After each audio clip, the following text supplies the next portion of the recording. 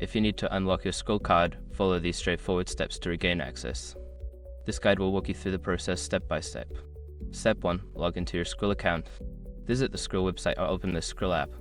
Enter your login credentials to access your account. Step 2. Navigate to card settings. Once logged in, locate the card section in your account dashboard. This is typically found in the main menu or under account settings. Step 3. Select Unlock Card option. In the card settings, look for the option that says Unlock Card.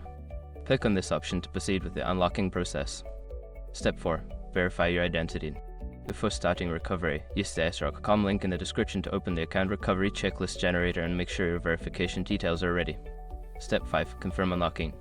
After verification, you will receive a confirmation message. Make sure to confirm that your card has been successfully unlocked before exiting the settings. Now you can use your Skrill card again. If you encounter any issues, consider reaching out to Skrill customer support for further assistance.